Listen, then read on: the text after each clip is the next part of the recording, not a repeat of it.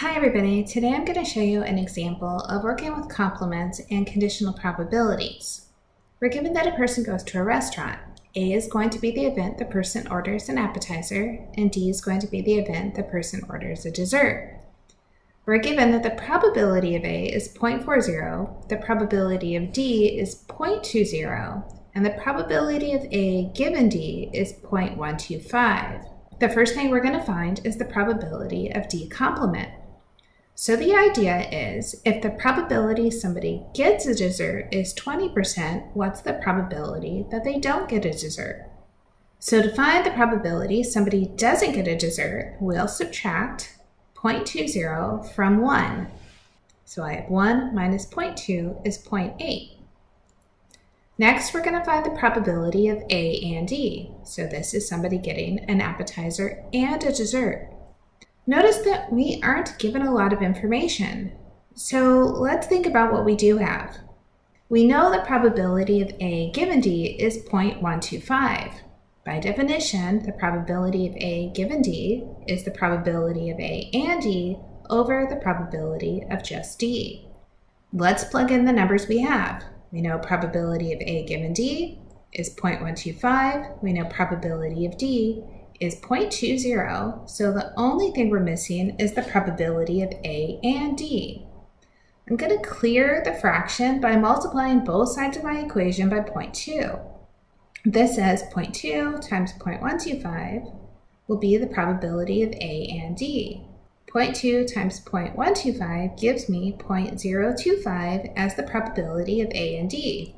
For our application, that means the probability that somebody orders both an appetizer and a dessert is only 2.5%. Next, we're going to find the probability of D given A. That means what's the probability somebody gets a dessert given that they ordered an appetizer.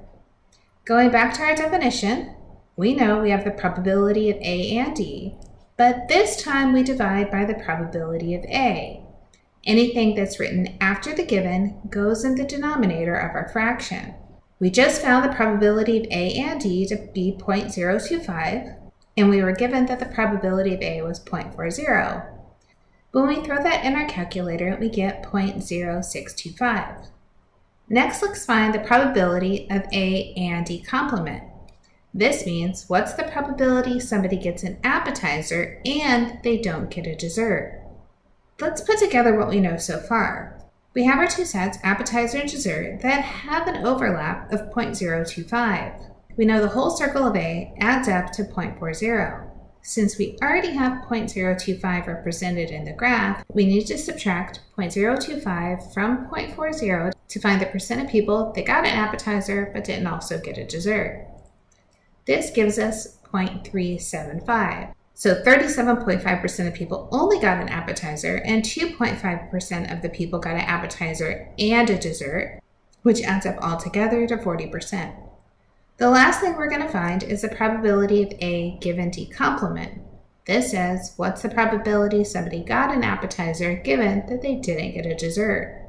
Let's go back to our formula that says we find the intersection of the two events, so the probability of A and D complement, and then we divide by what's given. So we divide by the probability of D complement. We just found that the probability of A and D complement is 0.375. The first thing we found is the probability of D complement is 0.8. When we divide 0.375 by 0.8, we get 0.46875. That says there's a 46.875% chance that somebody will order an appetizer if we know that they didn't order a dessert.